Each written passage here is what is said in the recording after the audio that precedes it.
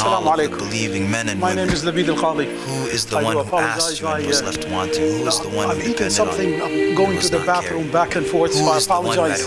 I normally start right on time. Alhamdulillah, we're still on time, inshallah ta'ala. So inshallah ta'ala, I've made plenty of copies here. Inshallah ta'ala, there will be plenty.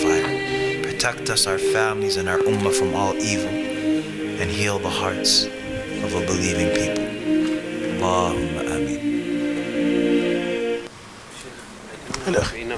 There is plenty here, so don't pick them all. There's plenty here, but by all means, I have more than 60 here, and inshallah ta'ala, we'll do something else. So, pick up more. Pick up. Watch out. Assalamu alaikum. My name is Lebeed Alkadhi, and I've been giving these Hajj presentations probably for 20 years. I've been to Hajj 7 times, alhamdulillah rabbil alameen. Who have been here to Hajj before? Could you raise up your hand? No one.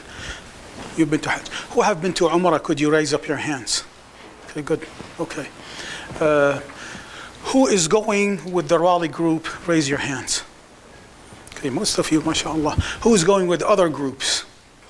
Okay, good. Let me ask you a further question. Who's going to the Medina first? Okay, good. Who's going to Mecca first? Okay, good. Okay. Who hasn't been affiliated with a group yet? Meaning they have not purchased their Hajj package yet? No one? Okay, good. Okay, so if you know of anyone who still wants to go to Hajj, they could. So there are other packages available if you're interested, inshallah ta'ala. So myself and brother Hisham Sarsour, if you know him, we're going with a group called Al-Ihsan. Muammar is going with Adam Travel, if you would. Other than Adam Travel, people who are other than Adam, could you raise up your hand and tell me which group are you with? Easy Hajj. Easy Hajj, okay. Dar es-Salam, okay. Who else? Okay, good. Okay, so I will try to cover various things, inshallah ta'ala. The handouts, these handouts, if you would, and others are, you will see them that they are on the website.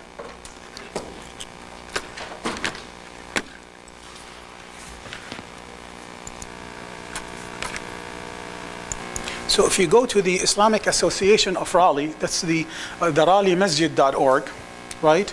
A lot of information is here. You could access it. Have a seat, please.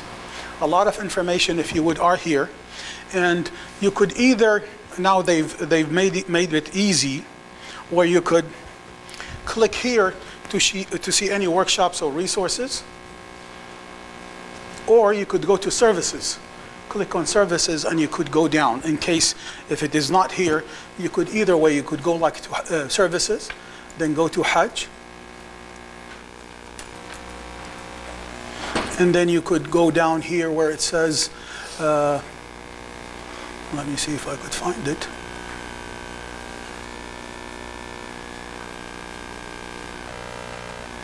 So he has various information here.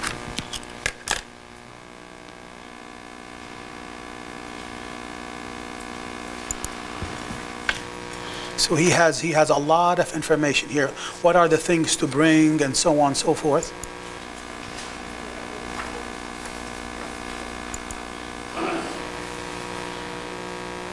This is, again, all of it related to Adam. But right here, if you would, you could click here, and you could see a lot of stuff here. If you look into, these are the Hajj workshops that we've been advertising for.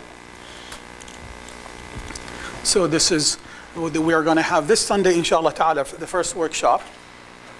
And next Sunday, and the following Sunday. Are they a repeat classes? They are not repeat. They are, each one of them is different, inshallah ta'ala. Okay? So inshallah ta'ala we'll cover that. Bismillah ar-Rahman ar-Rahim. Bismillah walhamdulillah wa salatu wa salamu ala Rasulillah Sayyidina Muhammad ibn Abdullah wa ala alihi wa sahbihi man wala. Have a seat, please. I have some house rules, inshallah ta'ala. I will cover you with it in a second. So a lot of the information is here. There are also, you could also, if you would, it says here, Hajj Ritual 2. If you miss something, please click here to access the video. It takes you right away into YouTube, and you'll see some guy here you may have seen. So today, Bismillah, walhamdulillah, wassalatu wassalamu ala Rasulillah, Sayyidina Muhammad ibn Abdullah wa ala alihi wa sahbihi wa man wala. Okay, so there's a lot of information here that you could access, including some of the handouts, including some of the du'as. I will give you some additional resources. Where is it? That is some supplications. I will give you some handouts. Some of the handouts are here, and I will give you also this information here. So a lot of information, resources, ad'iyah that you will see. You could access it. If you want more copies, you could definitely access them here. Okay. What are the things that I need to focus on right off the bat?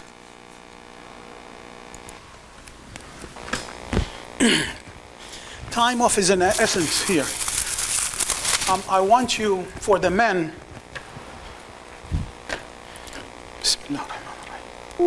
this is really before even my class.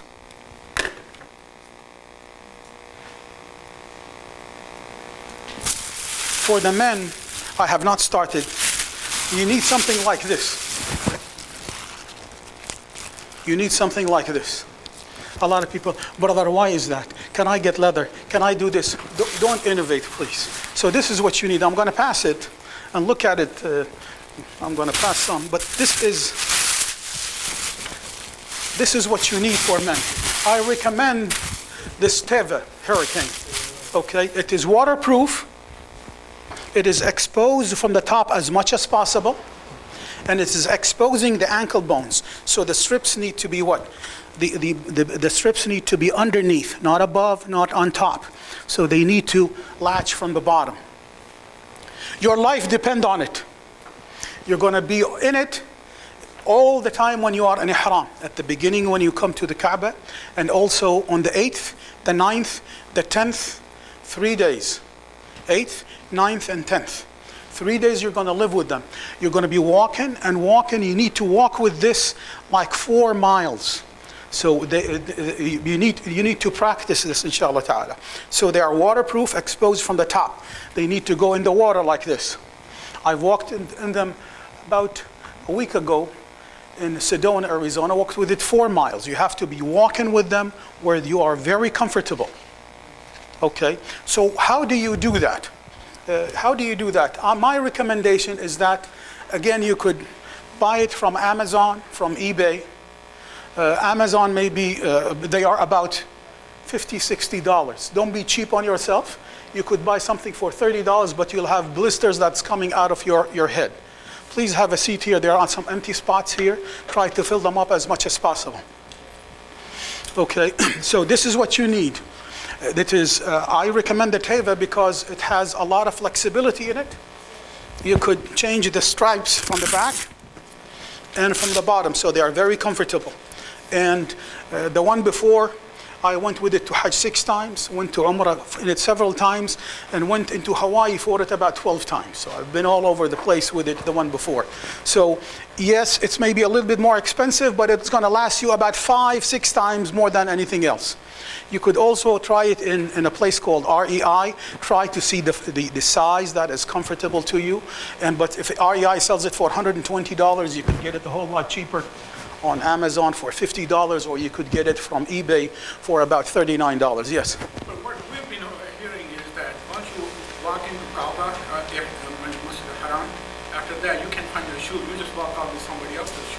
What's the guarantee that what happens? Brother, do you know these questions? I'm going to cover them about 20 times. Trust me, about only 20 times. That's all. So we are only covering now what to buy. Just focus on it with me. There's nothing that you have said that I have not been through. To me and you're like your 40-year-old child, right? So you have so much experience.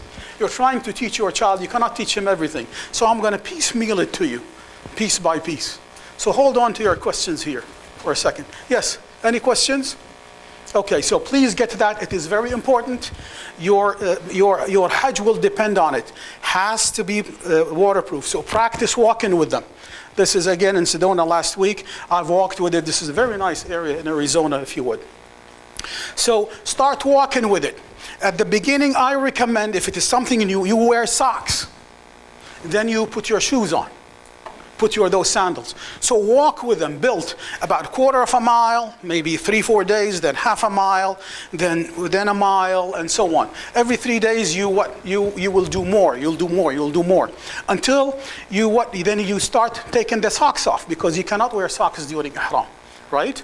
So you would have your socks without socks, and you start walking. Are you going to be sweating? Yes.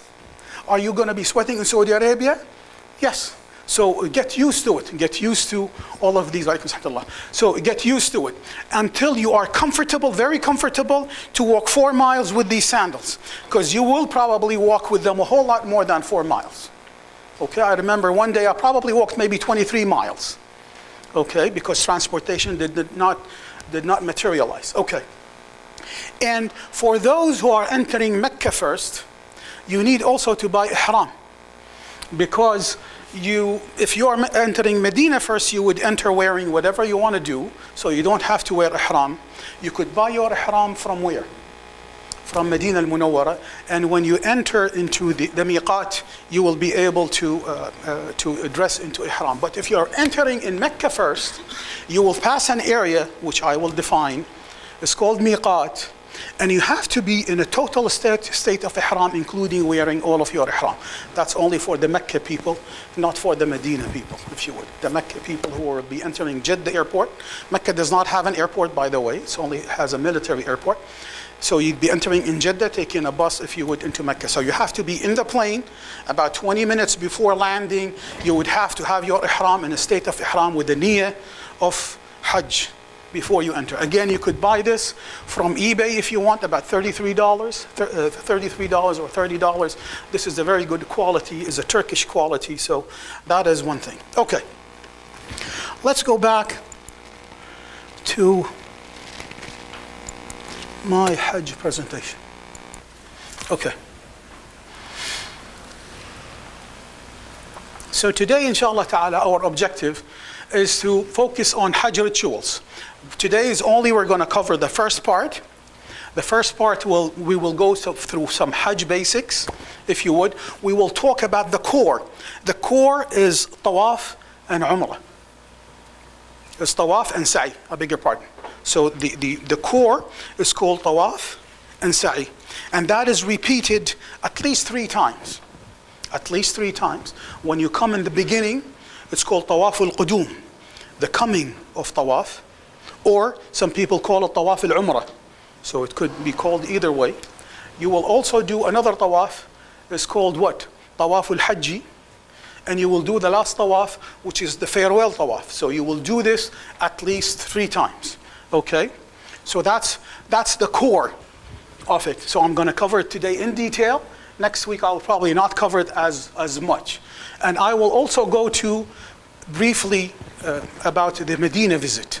Okay, so this is what we're going to be doing today. Now let me see if this thing works. It was not working before. Okay, so our Hajj presentation today. Don't take a paper. Don't take it. Have a seat. I will talk to you in a minute. You come in late, you are on your own because you are what? You are disturbing me, right? Sorry. Have a seat. Have a seat, please. So today, inshallah ta'ala, we will cover what? We're going to cover Hajj rituals.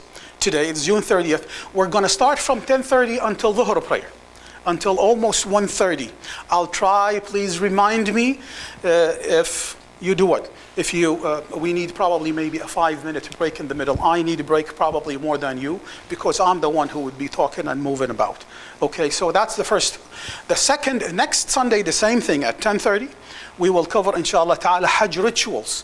On that part, we will cover items from the 8th of Dhul Hijjah until the 13th of Dhul Hijjah.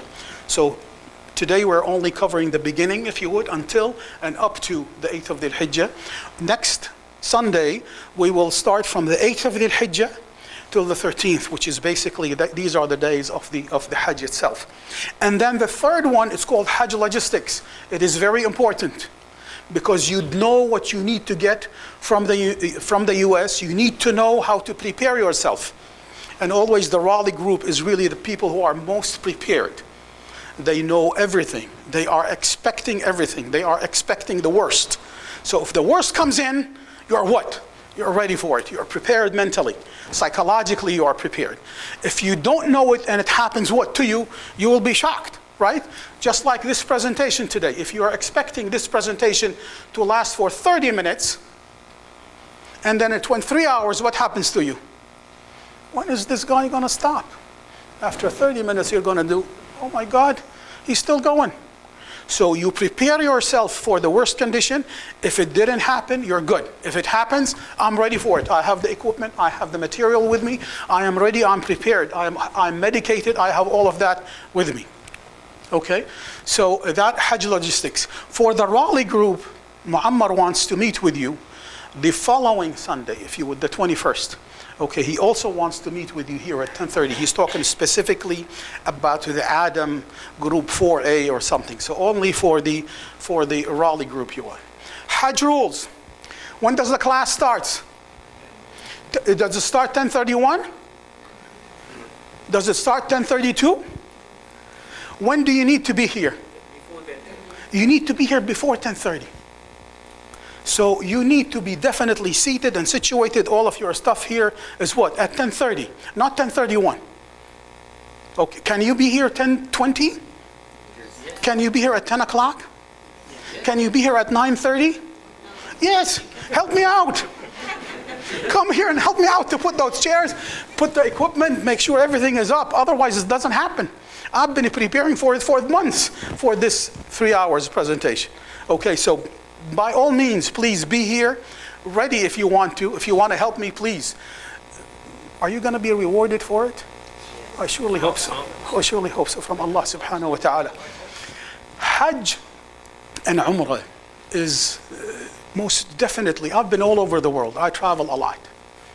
I go all over the place. Last year I was in Austria and Germany. I've been to Switzerland. I went to Spain. I went to many, many different places, into Arab places and non-Arab places and all kind of places. Hajj and Umrah is a trip not for the body. What is it for? Truly, truly for the heart, for the spirit. You would be making tawaf around the Kaaba. Your head would be aching. Your head would be aching. Your legs are pulsating and in pain. But your heart will not be in your chest cavity. It will be soaring somewhere. It will be soaring somewhere. And if you do Hajj right, what happens to you? What happened to you? Exactly, that's the objective. The objective is the heart. The whole objective of all what we do is what? Is truly the heart. That's what Shaitan wants to capture of you. When you stand up in Salah, you say, Allahu Akbar. What happened? Shaitan wants you, okay, what about your wife? Is your son doing this? Have you done the breakfast? He wants what? What is his objective, Shaitan?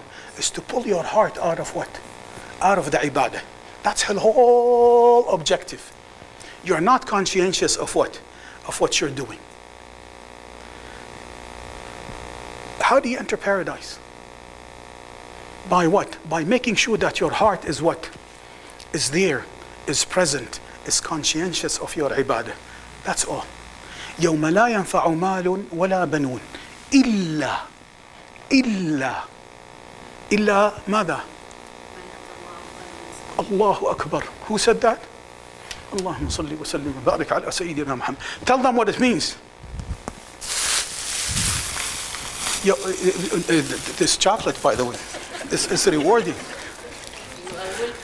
اللهم صل وسلم. خذي لك 2 3 انت تستاهلي والله. شكرا. خذ اللي بدك اياه. الله يحفظك ربي. Okay, so it is really the whole objective of this. Allah, even when you do slaughtering during Hajj or whatever, does Allah is going to eat your meat that you're going to slaughter in Hajj? He's not going to, what is he going to gain? He's going to gain the taqwa. لقول النبي صلى الله عليه وسلم التقوى ها هنا. Piety and fearing Allah subhanahu wa ta'ala is where? It's right here, right here. The whole focus is not on this person, you are focusing on where? On yourself, on your heart. So you do not enter paradise unless your heart is what fully submitting to Allah subhanahu wa ta'ala and do as Allah subhanahu wa ta'ala required. Otherwise, all of your prayer, your ibadah, your worship goes where? Goes in vain. You think that you've been praying for 30, 40, 50 years, but if your heart is not present in whatever you do, what happened to your ibadah? Nothing. Nothing. Absolutely nothing. The Prophet Muhammad sallallahu alayhi wasallam was in Masjid al-Nabi sallallahu alayhi wasallam. A Bedouin, a nomad, came and he prayed at the end of the masjid. And he came to the Prophet Muhammad sallallahu alayhi wasallam. He said, Assalamu alayka ya Rasulullah. He said, Wa alaykum assalam wa rahmatullah. He said, Idhab salli fa innaka lam tusalli. Go and pray, you have not prayed. I prayed. I read Al-Fatiha and I went. And he went back and he prayed again. Came back, Assalamu alayka ya Rasulullah. قال وعليك السلام ورحمة الله. اذهب صلي فإنك لم تصلي. Did not count. He came, he prayed for the third time. He came, he said, Assalamu alaikum. He said, اذهب صلي فإنك لم تصلي. Go and pray, you have not prayed. But I've done it. I prayed Dhuhr. اذهب صلي فإنك لم تصلي. فعلمه النبي صلى الله عليه وسلم. Is that you have to pray while all of your body, all of your senses, all of your limbs is what? Is fully tied up with your heart. You are aware of every word that you say. That's how you gain the reward from Allah. That is how your what? Your deed, your effort, your worship, your ibadah, your salat, your hajj, your siyam is accepted. You have to be present and you have to be aware of what you're doing. So we're going to start what? At 10:30. If you come in late, are you going to ask me for handouts? No, please don't ask me for handouts. What happened if you ask me for handouts? You're cutting me off. And I don't want you to be cutting me off, okay? So there normally would be a designated, I'm going to designate normally a person who would be in charge of the paper. If you don't have it, by all means, you could collect it later. Try not to disturb me as much as possible. So if you come in late, don't be grabbing my chocolate or grabbing my handouts, okay? These are mine. Telephone use is prohibited. So make sure, please pull your phone. And if I hear one ring, I'll go berserk. I'll go bananas. I'll probably pick up your phone and slam it on the wall because it really cuts all of my disturbances. If you have your spouse who's going to give birth, if you are a medical doctor and you need to go to a cardiology, by all means put it into vibration and you do what? Take it out and call whatever a nurse or a hospital. So make sure that there's nothing ringing, whether it's text messaging, whether it is emailing, what is this phone, nothing rings. It is not allowed. And if you do, I'm going to look at you like... Can I have a question? Please. Can we take notes? Yes. On the notepad? Ya Allah, please take notes. By all means, take notes. And if you have a question, you please give me a moment to finish my slide and ask me. I normally would cover things over and over and over again. I will have overlapping presentations, overlapping slides if you would. Okay, what else? Talking to people. You sit here next to your spouse and you do what? He means that in Arabic. Okay. Do not talk to the person next to you. Okay, that it means that you have to make tawaf also. So no talks to the person next to you. You are alone, you are only looking at me. Only. No talk to the person next to you. No translation. If you translate, you are not only disturbing the person next to you, the people around you, you are cutting me off. It is rude, not acceptable. Okay, so no talking to the person next to you. No translation. When to ask questions at the end of the slide, inshallah ta'ala. How are we doing so far? Topics, how are we doing so far? Anything about the house rules, please? So do I need to hear any kind of phone ringing? Okay, we're doing good so far. Okay, so what are the specifically we are going to cover today? We will cover some Hajj educations. By all means, please bring pencils, write notes, write on the side, write on something, whatever you want to do. I don't have enough pens. If I had some pens, I would give them to you. By all means, please write down. It is an educational class. So I have a lot of material. Really, even 3 hours is not enough. So today we're going to talk about some Hajj educational material, the stuff that I am basically doing. Where did I get my information from? And where, if you want to go into deep into these information, resources, hadith, verses from the Quran, where did I get those? They are mostly available on various websites. We're going to talk about the Hajj timetable. And I will cover both. If you're entering Medina first, what normally, an example, if you would, of a sample of about the Medina first, and I will cover also what would be a timetable for Mecca. A brief visit to Medina. I'm assuming that most of you, since you are most of you going to Medina first, I will cover that. What would you be doing in Medina? And we're going to cover Hajj types. There are types of Hajj. Yes. There are different types of Hajj. And we'll talk about the various types of Hajj, inshallah ta'ala, and we'll explain them. There are 3 different types of Hajj. Which one is better than others, and so on. We're going to talk about mawaqit. What does it mean? And there will be a quiz on those things next time. So you need to take notes and know what we're doing. And we're going to talk about the ihram. The ihram is the 2 pieces of cloth that you would wear. We will do some demonstrations for those who wants to do demonstrations. It is very important that you practice it before you go, because you know if it slips and falls, you'll be You'll be in trouble. So by all means, please practice here as much as possible. And so inshallah ta'ala, so this is what we would be covering. Then we will talk about the Hajj, and we will focus only on the core of the Hajj. The core of the Hajj is what? Tawaf al-Qudum. Tawaf al-Qudum is to making 7 rounds counterclockwise around the Kaaba and making the sa'i itself. So this is basically what would be mostly covered as far as worship today. Okay. Hajj resources. Now we cover Hajj because al-Hajj al-Mabrur laysa lahu jaza' illa al-Jannah. Al-Hajj al-Mabrur, to do Hajj. What does Hajj Mabrur means? Is what? Accepted. How is it accepted? How is it done proper? According to what? To me? Yes. Sunnah of عليه الصلاة والسلام. كملها يا أخي. والله تستاهل شكلية أروح. It is really to do it. I have diabetes. ما يخالف. Can I pass it around? Yes, please. You have diabetes here. Does that work? This is Nature Valley Trail. Is that better? This is actually my خلاص favorite. خلاص. I don't have diabetes. I'm just kidding. Someone else will get it. Okay. I'm sorry to do that. So the sound Hajj is basically a Hajj as Nabi Muhammad sallallahu alayhi wa sallam قال خذوا عني مناسككم. Take from me, from the Prophet Muhammad sallallahu alayhi wa sallam, the way to worship. So Hajj, as the Prophet Muhammad sallallahu alayhi wa sallam did it, is the proper way. It's the one that is accepted by Allah subhanahu wa ta'ala, is the one that do what? That will admit us inshallah ta'ala in paradise. That's the whole objective. And our whole objective is not only to walk the walk, but what? Our heart, our limbs, our mind, everything is with it. Right? So that's the whole objective, is that the focus is where? Focus on me. Don't focus on other people. Look at this pie. What is he doing? He's eating. What kind of, that's awful food. Oh man, look at this. The blisters all of his feet. And the people look into everything. And the only thing that they're missing is what? Themselves.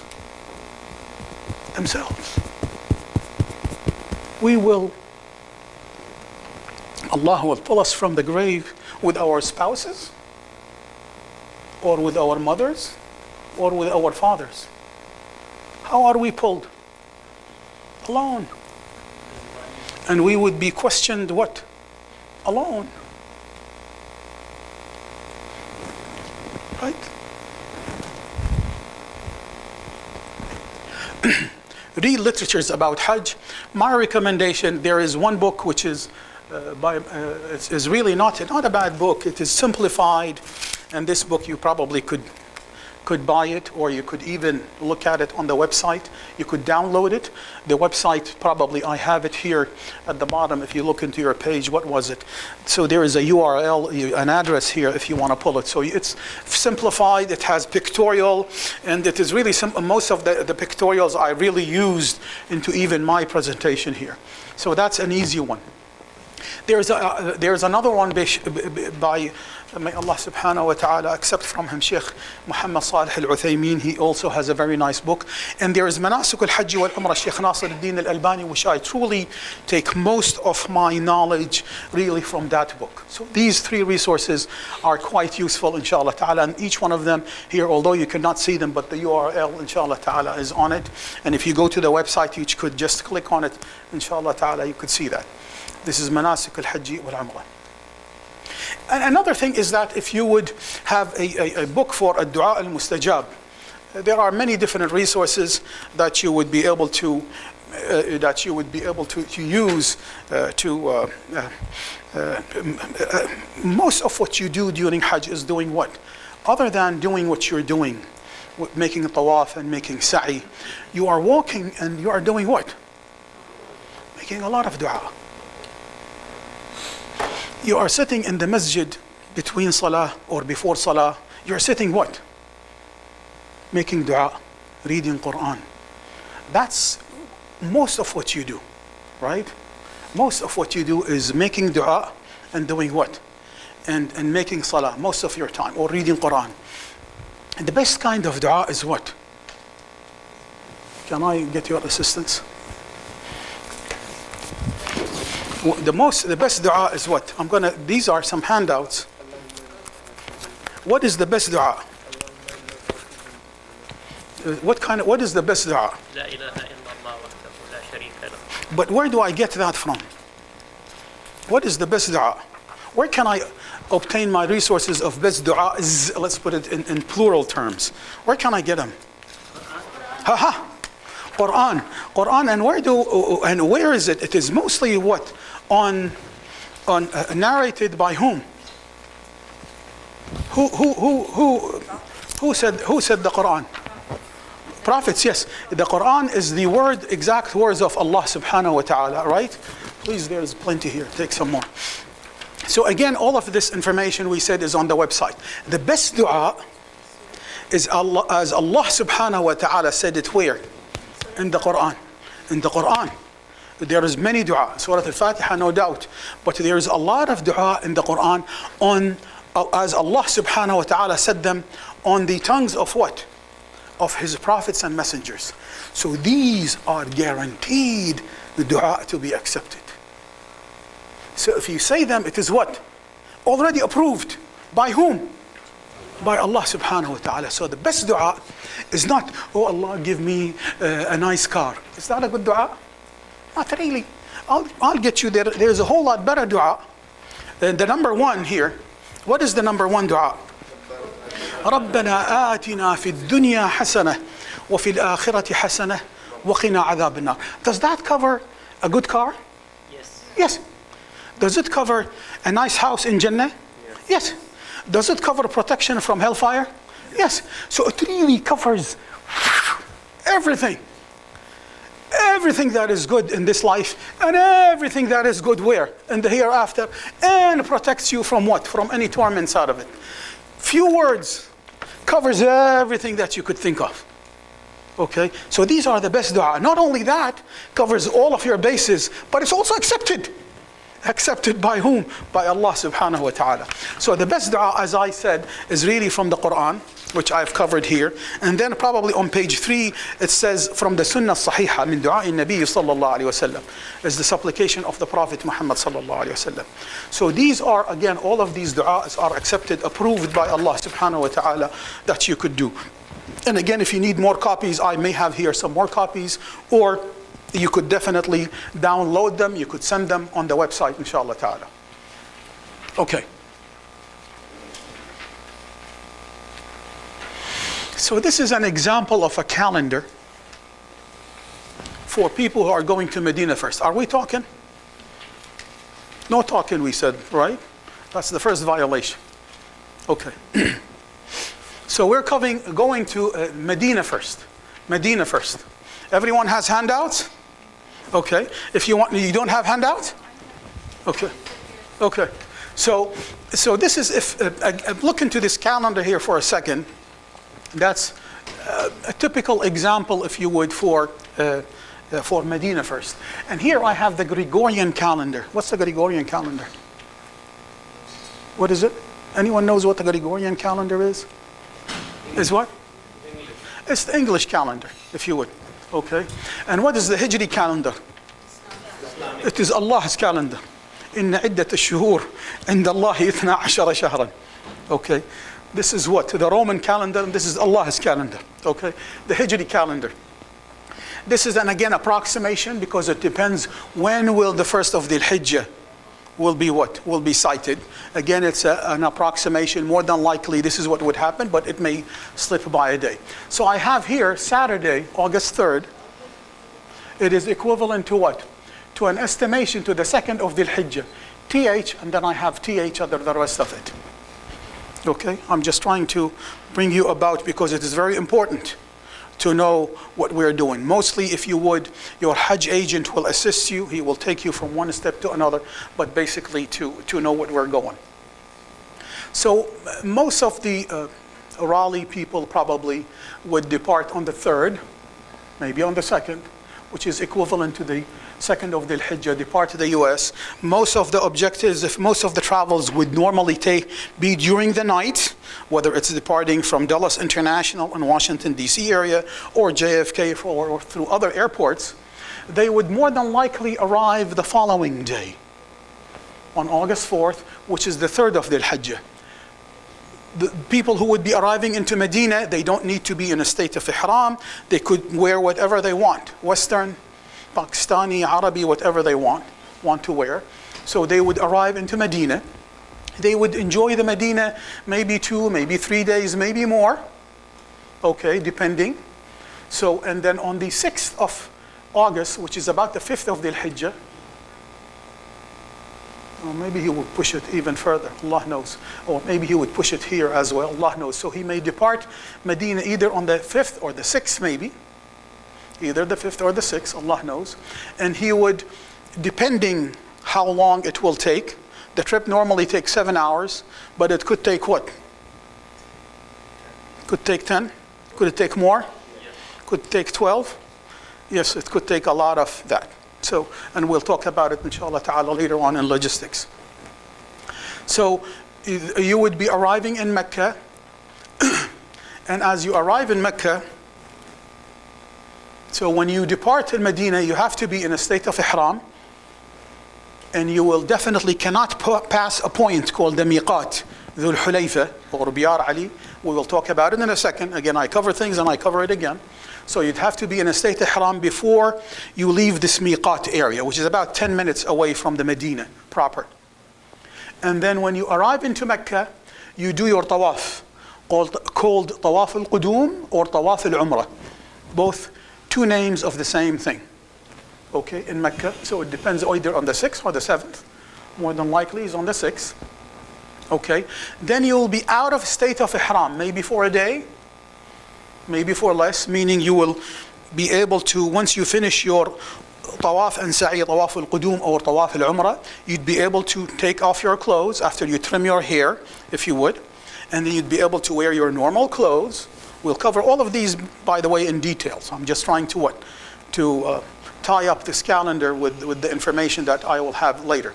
And then the real Hajj is where? Is truly here. From the 8th of Dhul Hijjah through the 12th, possibly the 13th. So really Hajj is only these items, 7, 8, 9, and 11, and possibly even the 12th. So Hajj is right here. That's it. Anything before or after has nothing to do with it, is extra. Is visiting Medina part of the Hajj? No. Why do we visit the Medina? Is what? to visit the Prophet Muhammad sallallahu alaihi wasallam. But it is not a requirement of what? Of Hajj. Okay, it's not a requirement of Hajj, but you are there. You may as well say salam to the Prophet Muhammad sallallahu alaihi wasallam, gain reward into praying in the Masjid al-Medina al-Munawwara. So this is basically our focus. So you will again get into Ihram, state of Ihram, and we'll talk about it on the 8th of Dhul Hijjah. You will continue on the 8th, on the 9th, on the 10th. These 3 days you will be in Ihram clothes, in your Ihram shoes, if you would, the one that we've talked about, the one that you have practiced to walk with it without any blisters, without any issues. Could you create blisters if you don't wear the proper shoes? Allah knows I have some blisters here. So yes, if you are not ready, you will get blisters. You'll have, like my first Hajj, I got blisters all over my feet. I got blood and ooze and all of stuff coming out of it. So make sure that you use your shoes, your sandals, and use them frequently. Okay, so stoning is stoning. Stoning 2 days. You could stone on the 13th as well. Okay, and then he'll probably give you a day or so, and returning, if you would, on the 16th, return back to the U.S. Okay, returning back to the U.S., depending on their schedule. More than likely, the people who arrive into Medina, are they going to go back to Medina? Probably not.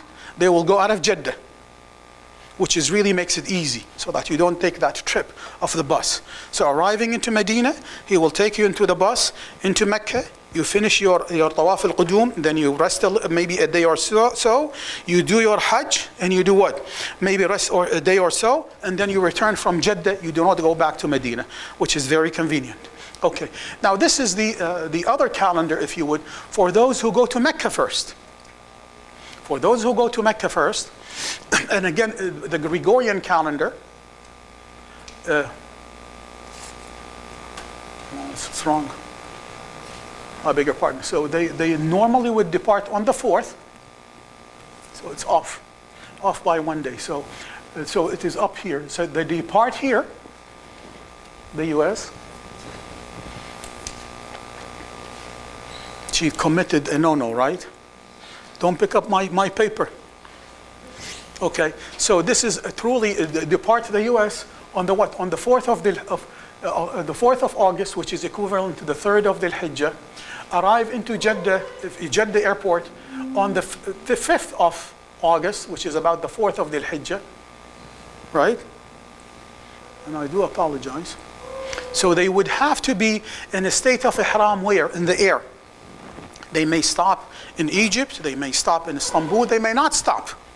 They may go straight to Jeddah, Allah knows. But more than likely, those who go into Jeddah first, they are probably going to stop somewhere.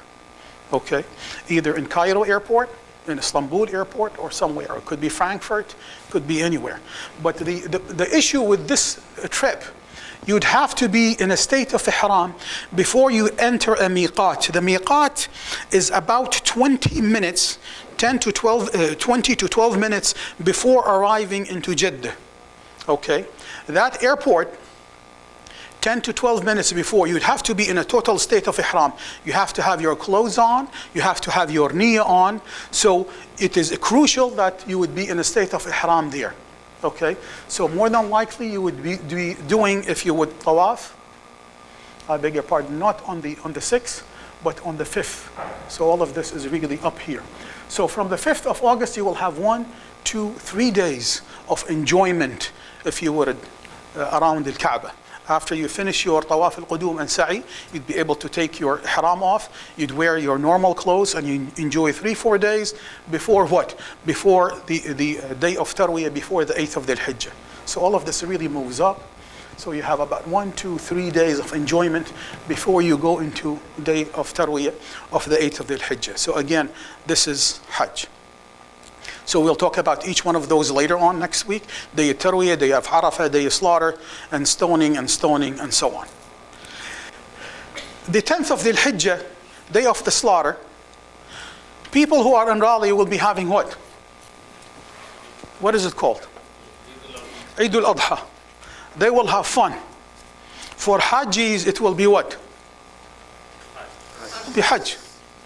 The 10th of Dhul Hijjah will be your toughest day in your life.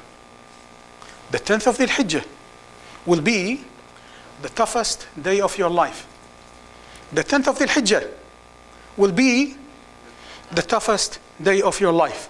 Have I said it enough? You better be prepared for it. That's what I'm preparing for. You'd better be prepared in every way possible. Physically, mentally, psychologically, and everything. It has one of the most difficult duties, a lot of things to do on that 10th of the Hajj. The 10th of the Hajj will be your toughest day of your life. So you'd be ready for it, inshallah ta'ala. Okay? Okay, so we're going to talk about it. And then after they finish, if you would, on the stoning, they maybe bust them again, more than likely, either the 13th, more than likely the 14th. They will enjoy 3-4 days, and then they would return to the U.S. around the 18th or the 19th. This is, again, a typical sample of the of Medina. Question, yes, akhi. What's your name? Salam alaikum. Zahid Baloch. Tahar? Zahid. Zahid Baluch, yes, akhi. We are going to Medina first. Okay. But our flight is going to Jeddah first. They Okay. just emailed us. Okay. So, are we being in state of Ihram? No. Why? Because you're not entering Mecca, right? He's not. He's going to take a plane from Jeddah straight from Jeddah airport into Medina. So you're not going to do tawaf unless, ask him. Tell him, are we going to be able to do tawaf al-qudum? If you are, then you have to. So it really depends on the package. More than likely is what? It's a 4-hour layover. 4 hours, you're not going to be able to do anything. So more than likely, once you arrive into Jeddah airport, 4 hours is barely to move people around. So he's probably, once your airplane arrives, he is going to be, it's a connection. He will connect you through another plane, and you will do what? You go to Medina. So you don't need to be in a state of ihram. Only if you are entering what? To do tawaf al-qudum. Then you have to be. In your case, you will not. Questions? No questions? How am I doing on time? Okay, so visiting the Medina first. I'm sorry. This is the main gate of Medina, main gate of Masjid Rasulullah sallallahu alaihi wasallam. Mostly they would have tents by now. This is Masjid al-Nabi sallallahu alaihi wasallam. The original mosque was really small. And if you would, Al-Baqi' is here. The Baqi' is here. Then it really expanded. The houses of the Prophet Muhammad sallallahu alaihi wasallam was right here. The Prophet Muhammad sallallahu alaihi wasallam died in Aisha's room, right? And that's where he is buried. Also, who else is buried there? Abu Bakr, and who else? And Umar. All of them were buried there. This is the minbar al-Nabi sallallahu alaihi wasallam. لقول النبي صلى الله عليه وسلم ما بين منبري وداري روضة من رياض الجنة. This spot here will be part of paradise. How much reward do I get for praying of Masjid Rasulullah sallallahu alaihi wasallam? 1,000. So praying one time dhuhr is equivalent to what? 1,000 to what? Salat where? Salat al-dhuhr where? No, not in paradise. No. So it is 1,000 has to be compared to what? After regular prayer. No, a little bit more. Out of praying dhuhr in jama'ah in another masjid. If I pray here in Raleigh, in the Masjid al-Dhuhr in jama'ah, I will get how much reward? 27 more than I would do what? Pray at home. So if I pray 27 times in my home, it is equivalent of praying what? One time dhuhr in Masjid of Raleigh. But if I pray of Masjid Rasulullah sallallahu alaihi wasallam, it's equivalent to what? 1,000 to what? To Masjid of Raleigh. Multiplied by 27, that's what? It is, what is that? 27,000. 27,000. Compared to your dhuhr prayer now, most people will, when they finish, say Allahu Akbar, everyone takes their car. You will get 27 more if you just wait another 10-15 minutes and pray dhuhr with jama'ah with the rest of Raleigh. Okay? So that's one thing. So this is the original masjid of Rasulullah sallallahu alaihi wasallam. Now what about Masjid al-Haram? Masjid al-Kaaba? Is what? 10,000? 100? He said it before you. He said it before you. Come on, Bismillah ar-Rahman ar-Rahim. Everyone is awake or sleeping? Don't sleep on me. Am I focusing on the wrong areas? Okay. So if I pray in Masjid al-Rasul sallallahu alaihi wasallam, I get what? 1,000. 1,000 times what? Times 27, that's 27,000. If I prayed in Kaaba, how much is that? 100,000. Compare that to my home, it is what? It is 27? No. No one could multiply here, obviously. Are we throwing stuff in the trash? Here, you pick it up. So it is compared, if I pray of what? In Al-Kaaba, it is what? Masjid al-Nabawi probably. In the Masjid al-Rasul. 100,000 or praying in Masjid al-Raleigh. No, 100,000 to any other masjid. So praying in Kaaba, it is 100,000 compared to what? Praying here in Raleigh. Right? So multiply that by 27 and what do you get? 2,700,000 Dhuhr prayer in your home. If you are a businessman, where would you spend most of your time? It's a no-brainer. It's a no-brainer, right? Where if I had a focus, if I need to spend, I'm a businessman, right? This is tijara with whom? Tijara with Allah subhanahu wa ta'ala. So if I have a time to pray as much as possible inside the haram in Mecca, I would do that because there is more reward in it. Okay. So yes, question. The haram in Mecca, is it everywhere we are inside the haram? Or Again, there is a different discussion, but there is nothing better in praying inside the haram of Rasulullah sallallahu alaihi wasallam. Some people says it's all of Mecca haram. Haram is not to allow killing and things like that. It is haram, if you would. But it's really praying is inside the Masjid Rasulullah sallallahu alaihi wasallam and inside the haram itself. Most people, unfortunately, you will see them, even in your hotel. They do what? They go down the elevator, and the first group of people sitting, and they say Allahu Akbar, and they sit. Why? Keep on walking.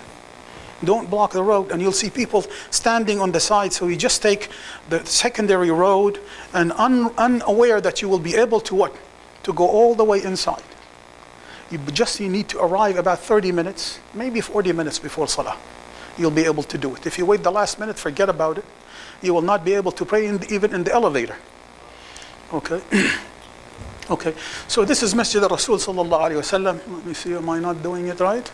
Okay, and this is the whole Masjid of Rasulullah sallallahu alayhi wa sallam. There are different areas designated, and you'll see those tents, they are very beautiful. And this is gate number 21, and there are domes and tents all over the places. My recommendation for the brothers at least, most people will be sitting right here and blocking the road, and you think the masjid is full. It is not. You do what? You take like gate 19, or some of the other gates around here, and you'd be able to walk along people, and you almost could reach what? To reach the front rows right here, although they are not in the masjid, in the old masjid, if you would. This is the Ottoman, if you would, expansion. But you'd be able to walk all the way up front. So do that as much as possible, inshallah ta'ala. Specifically after Fajr prayer, my recommendation is that you pray Fajr prayer, and you wait until the sun rises, maybe 10 minutes after sunrise. You pray 2 rak'ah. What do you get the deed of what if you pray 2 rak'ah after sunrise? Allahu Akbar. أجر حج وعمرة تامة تامة. The Prophet Muhammad sallallahu alaihi wasallam, he said, whoever prayed Fajr and wait until the sun rises sitting in his spot for Fajr, until the sun rises, wait about 10 minutes because there is waqt al-karaha, time that is not allowed, if you would, for praying. And then you pray 2 rak'ah, you will have the reward of what? Hajj and Umrah, complete. He repeated it 3 times. This is where? This is in Raleigh. What if you do it in what? In Medina? What if you do it what? In Mecca. So focus on those things. Your life need to be what? Need to be around ibadah, around prayers, and so on and so forth. So pray 2 rak'ah, inshallah ta'ala. And then after that, if you would, you walk through this and in the way, and you make visitation, not only to say salam to the Prophet Muhammad sallallahu alaihi wasallam and Abu Bakr and Umar, but also to visit Al-Baqi' as well. Okay? Yes? For the sisters to visit and say salam to them, can they go? how far close?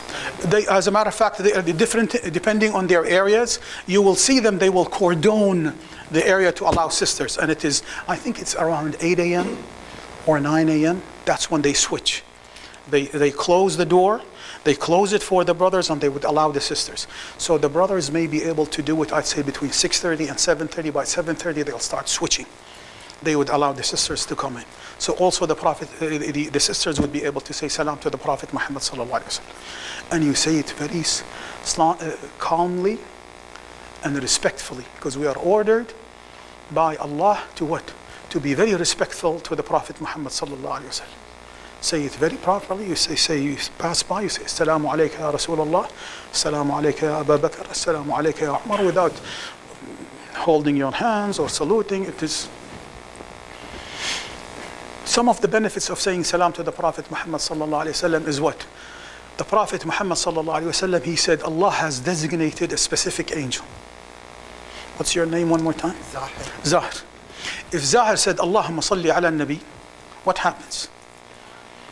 This angel would say, would tell the Prophet Muhammad sallallahu alaihi wasallam, Zahid in Raleigh said the salam to you, O Messenger sallallahu alaihi wasallam, so he would know his name. Right? And even in the Quran, Inna Allah wa malaikatihi yusalluna ala nabi ya ayyuha alladhina amanu wa sallu alayhi wa sallimu taslima. Meaning that Allah and His angels say salat and salam to the Prophet Muhammad sallallahu alaihi wasallam, and he said, you believers, ya ayyuha alladhina amanu sallu alayhi wa sallimu taslima. That's one. So it's almost what? It is a blessing. So when, and then the Prophet Muhammad sallallahu alaihi wasallam said, whoever said as-salatu alayya, whoever send one salat and salam to the Prophet Muhammad sallallahu alaihi wasallam, sallallahu alayhi biha ashran. If you send one salam to the Prophet Muhammad sallallahu alaihi wasallam, who will send salam to you? Who? Allah Jalla Sha'nu. Sometimes you come, Ya Shaykh, Ya Mawlana, make dua for me. I'm going to give you a better option. Say Allahumma salli ala nabi. Who is going to send mercy and blessings upon you? Allah. How many times? 10 times more than you said it one time. You send one time, Allah will send His mercy upon you 10 times. Is it better than a Mawlana make dua for you? I think it is. I think it is. So there are some places where you could harvest those things, inshallah ta'ala. May Allah reward you. How am I doing on time? You will hear, this is the adhan of Medina al-Munawwara.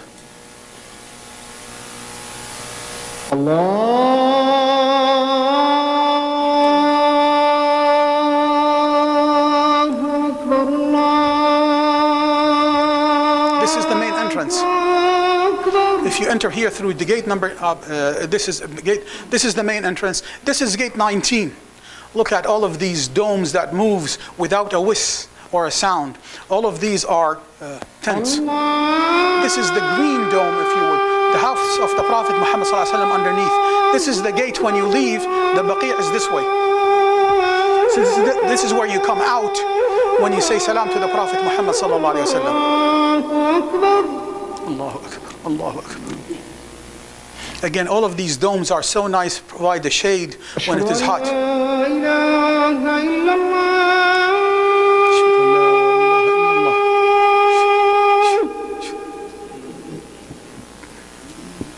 Don't let these people sitting deter you.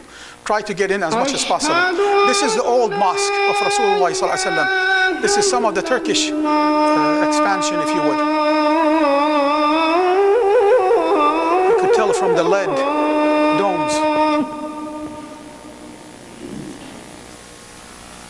This is if you look through, this is the grave of the Prophet Muhammad sallallahu alaihi wasallam, and this is what? These are the house of the Prophet Muhammad sallallahu alaihi wasallam. This is the masjid of Rasulullah sallallahu alaihi wasallam. Dirt, and it is covered with what? Materials, all dirt. These are the rooms of his spouse of Rasulullah sallallahu alaihi wasallam. Again, I'm in the Baqi'. And this is coming out of gate 40, if you would, after visiting with the Prophet Muhammad sallallahu alaihi wasallam. Again, this is the Prophet Muhammad sallallahu alaihi wasallam. This is Abu Bakr, and this is what? Umar.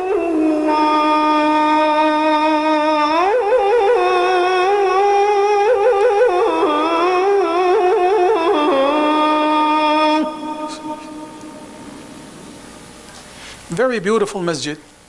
You will see these are like the domes here are open. These are some air conditioning openings.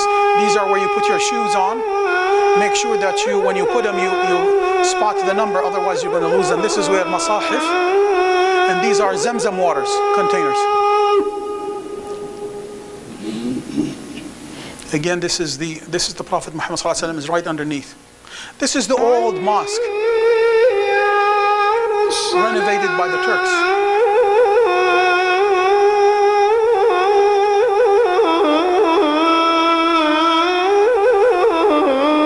These are Zamzam containers. These are the masahif.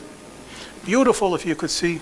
These are the tents. When they open, they provide shade. When they close, they provide air circulation. Member, the location of the member of Rasulullah sallallahu alaihi wasallam, where he used to stand and deliver khutbah. Between this area and his house is Rawdah min Riyadh al-Jannah. It's very crowded, and normally a lot of people there. This is the new expansion, the Saudi expansion, if you would. Most people would be praying here.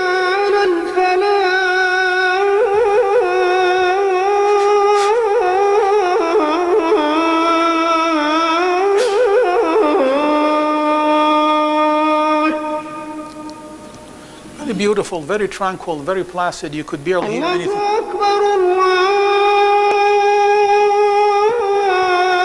All of these domes goes on rail. They open whisper sound, almost no sounds. This is the Baqi' area. Again, this is the green dome. This is where you walk into this area. Is normally very crowded. They still bury people in it. They still, till today, they bury people in it. But when they try sometimes to, after every 25 years, they would what? They would open it up, and they may see a body that's still untouched, even after 25 years. Of course, these are the corpse, if you would, of the Salihin, because normally our bodies will be eaten totally by, we would have nothing left. But Ajsad al-Salihin basically stays the way it is, so they skip them. If you would, they skip to another grave, and of course they would never come close to the graves, if you would, of the Sahaba and Tabi'een later on. So this is, again, all of these are, I'm going to skip this one because I don't have time. This is Al-Baqi', if you would. And again, they are still burying people, if you could see all the way down here. Some of the stuff that you would visit is Uhud, the site of Uhud. Site of Uhud is the second battle of Islam. And here I am standing on top of what? Of the Archer's Mountain. That's where the Prophet Muhammad ﷺ told them to what? Do not abandon your posts, even if you see the other side is what? Is being defeated. They did. They disobeyed the Prophet Muhammad ﷺ. What happened? Did only they get hurt? Everyone got hurt. You disobey Allah subhanahu wa ta'ala. Even the Prophet Muhammad sallallahu alayhi wa sallam. He broke his teeth, his face was cut, and even some people thought that he had passed away and died. And this is the location where the Sahaba, Hamza, and they have perished right here. They cordon it. Now it is so crowded, it is almost a marketplace. You'll see all kind of street vendors selling all kind of stuff. It is much more crowded than it is here. These are, again, the martyrs of Uhud is right here. Now, after the companions basically were pulled back, they pulled back into these areas. There are some spots here, if you are with me or with Muhammad, sometimes we go and see exactly where the Prophet Muhammad ﷺ and Umar ibn al-Khattab and Abu Bakr basically hid inside the Uhud. Uhud, the Prophet Muhammad ﷺ, he said, it's a mountain that loves us and we love it. So it has an awesome relationship, if you would, with the believers, the mountain of Uhud, if you would. What else is there? Okay, so what are the things that you would do? Of course, visiting the Prophet Muhammad sallallahu alaihi wasallam, saying salam to him, visiting Al-Baqi'. Things to do, to buy from the people who are going to Medina first. I would go and buy my ihram clothes, go into groups of people. If you don't buy one at a time, I'd buy at least 2 for each individual, because you will probably need it. And if you go like 10 people or buy in bulk, you will be able to do what? You'll be able to wheel and deal, if you would. And there are different grades. There's light grade, there's middle grade, and there's heavy grade. I would buy the middle grade, if you would, and buy a couple of them. Never buy from the first guy. The first guy, you do what? You learn. The second guy, you start what? You start haggling, going a little bit more information, if you would. The third guy, you may be able to what? To fix up, okay? This guy said 60, this guy said 50, I said, hey, and then the third guy may say, what, 55? Says, the guy offered me 50, you gotta give me 45. I'm paying 10 from you. So you do what? You start learning, never buy from the first guy. Never buy from the first guy. You're learning. And again, you got to compare apples and apples. Do not compare apples and oranges. Okay? So you may return back to the first guy, but never buy from him the first time. Always try to learn from it. Question? You said buy 2. So are we allowed to change ihram during Hajj? Like, we are not into ihram yet, right? We will cover those when we go to ihram. We are not even in miqat yet. We're still not there yet. Okay, so again, you could buy a dua, or you could get what? Get your book of, your handouts of dua. Some of the stuff that you buy is the dates. There is a big market of dates in Medina al-Munawwara. Again, the best kind of date is called Ajwat al-Nabi sallallahu alayhi wa sallam. The Prophet Muhammad sallallahu alayhi wa sallam mentioned it in a hadith. They are about small and chucky about this thing. Do not have a great value, but they sell them about 3 times more than the fresh big one, the juicy one, look like chocolate. Why? Because it's mentioned of the hadith of the Prophet Muhammad sallallahu alayhi wa sallam. So you could take a mix of both of them if you want to. Okay, you could buy siwak, which is the stuff that you do. Another thing is that you buy tib. Tib is what? It's kind of perfume that you put on, inshallah ta'ala. And I'm going to give the men here some tib. The tib is basically non-alcoholic perfume, if you would, that you buy. And you could buy gold for your women. Try to not go over $20,000 for gold for them, okay? So just for your advice. Try to control yourselves, okay? And you're also going to do some sightseeing. Probably the group is going to take you to mountain of Uhud. You're going to go to Masjid Quba. Masjid Quba is the first mosque built in Islam.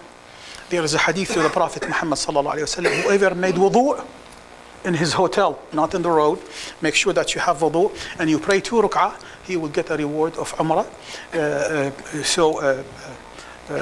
And they will may also take you to Masjid al-Qiblataini, the mosque where the companions were praying at the beginning when they to Medina. They were facing what? They were facing Jerusalem, if you would, al-Masjid al-Aqsa. And then they were ordered to what? To pray to Masjid al-Haram. They did not even lift their heads up. A person says, by Allah, I bear witness, ashhadu an la ilaha illallah, ashhadu anna Muhammadan Rasulullah. By Allah, I've prayed dhuhr with the Messenger sallallahu alaihi wasallam facing al-Masjid al-Haram. So the Imam and all of his groups, all of them what? Even making ruku', did not even raise their hands. All of them did what? All of them moved to a new location. Did not even raise their hands. Who are you? Are you Muslim? They did not even question that. They right away moved into facing the Masjid al-Haram. I have 2 different kind of videos. One of them, I'd say, an experience of a Boston group people like us, if you would, from the United States, and they went to Hajj, and their experience with it. And another video, I'd say it's dry. It is made by Saudis to teach, to talk about the worships of Hajj. So I'm going to show you the first one, if you would. This is a video of the group, if you would, entering into What's Mecca. the role of Medina? Medina al-Munawwara, I'm sorry. Visiting Medina, people go to visit their prophet, to be where he was, to live where he lived. and to ask for God's mercy. In many ways, the journey to Medina has this backstory of how Islam got started. When Muhammad arrived in Medina, it was a small farming town. Today, it has a population of over 1 million. We see all these shops and everything. I understand. I mean, it's not supposed to be, pristine like 1400 years ago, but it's really hard to stretch my imagination to see what it was like. That's kind of the experience that we're hoping to have. It's a completely different community than what the Prophet had. By his death in 632, Islam was the dominant faith in the region. In the heart of Medina is the world's second holiest mosque. Called the Prophet's Mosque, in the site of his Medina home. A green dome marks the spot where Muhammad's house once stood. For pilgrims, a visit here is a way to connect to the Prophet as a man. The site is open round the clock to accommodate worshippers. But for the group from Boston, who visited several times, coming here also raises challenges. They're the same ones pilgrims of all faiths encounter, no matter the pilgrimage.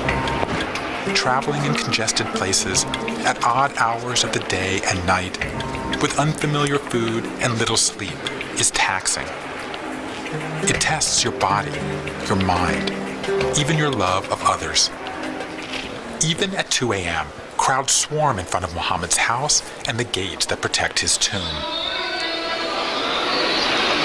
The space between the place where he gives his sermons and his house is a part of paradise on earth.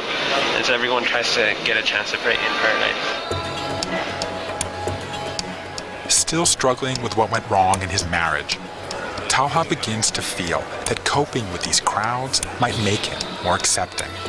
If that actually worked, where you could actually carry yourself, patients with you in a suitcase and just take it out whenever you needed it.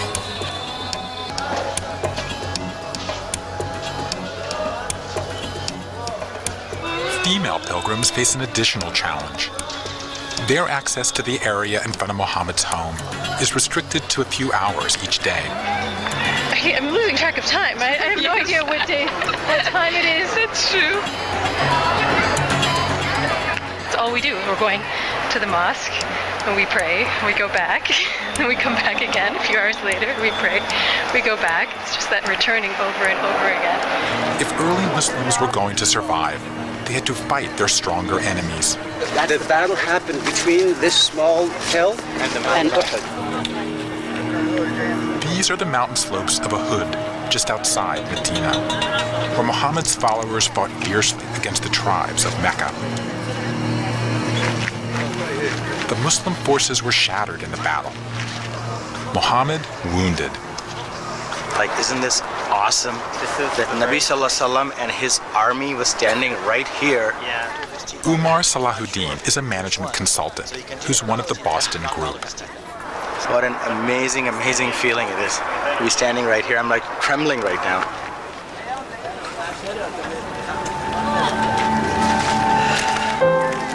The Muslims decided that this was a test sent by God to test their faith by making them taste adversity as well as victory, and it doesn't destroy the community. We take our faith for granted. The spread of this religion did not come easy. There was a big price that was paid by a lot of people, and we are standing here as a result of that.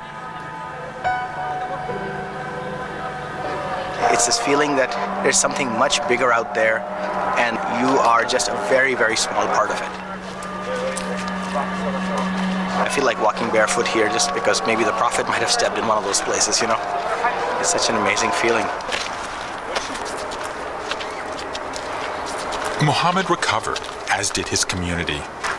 And over the next 7 years, his forces conquered Mecca and much of Arabia. I am going to move in, if you would, because I really have, I'm pushing for time now. Okay. So some terminology that we will learn today, some few basic. We're going to talk about ihram, we're going to talk about miqat. We will talk about 3 different kinds of hajj, ifrad, qiran, and tamattu'. We're going to talk about talbiyah. We're going to talk about some new terminologies, ramal and attiba'. I'm going to test you on all of these terminology, by the way, next time. Okay? And we're going to talk about tawaf and sa'i. So there are 3 types of hajj. So now we're going into our handouts, if you would. There is a called Hajj Ifrad. Ifrad is a person comes into and does only Hajj. Okay, he goes and so he does only Hajj and he comes out of it. And where it is, slaughter is an option. This is called Ifrad. Ifrad meaning just Hajj by itself. The second type of Hajj is called Qiran. Qiran is when you enter into the miqat, if you would, after the miqat, and you make an intention to do qiran. That is, you enter into umrah, you do your umrah, and you do not come out of your ihram until all of the hajj is done, and then and only then you come what? Then you could come out of the state of ihram. That's the second type. The third kind is called tamattu'. Tamattu' is when you come into Mecca, you do umrah, if you would, and then you come out of your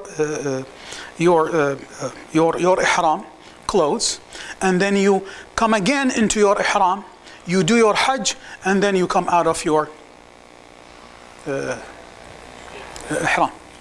Which one the Prophet Muhammad ﷺ did? He did qiran. Now, but what did he order his spouses and his companions? He ordered them to do tamattu'. He said, by Allah, if I did not bring my camels with me from Medina to do my hadi, I would have done what? I would have done tamattu'. So which one you should do? Tamattu'. Tamattu' is really the one that you have most obligations and most rewarding, and it is the most blessed. And you will enjoy it. Tamattu' is truly an enjoyment. So unless you have your sheikh camel with you in the plane, you should do what? You should do tamattu'. Okay, unless you have your slaughter with you coming in, inshallah ta'ala, you should do tamattu'. So that's the one that is recommended by the Prophet Muhammad sallallahu alaihi wasallam. He almost ordered his companion, get out of your ihram. He ordered his spouses and he ordered his companions, get out of your ihram. He ordered them to come out of their state of qiran while he was doing qiran himself, sallallahu alaihi wasallam.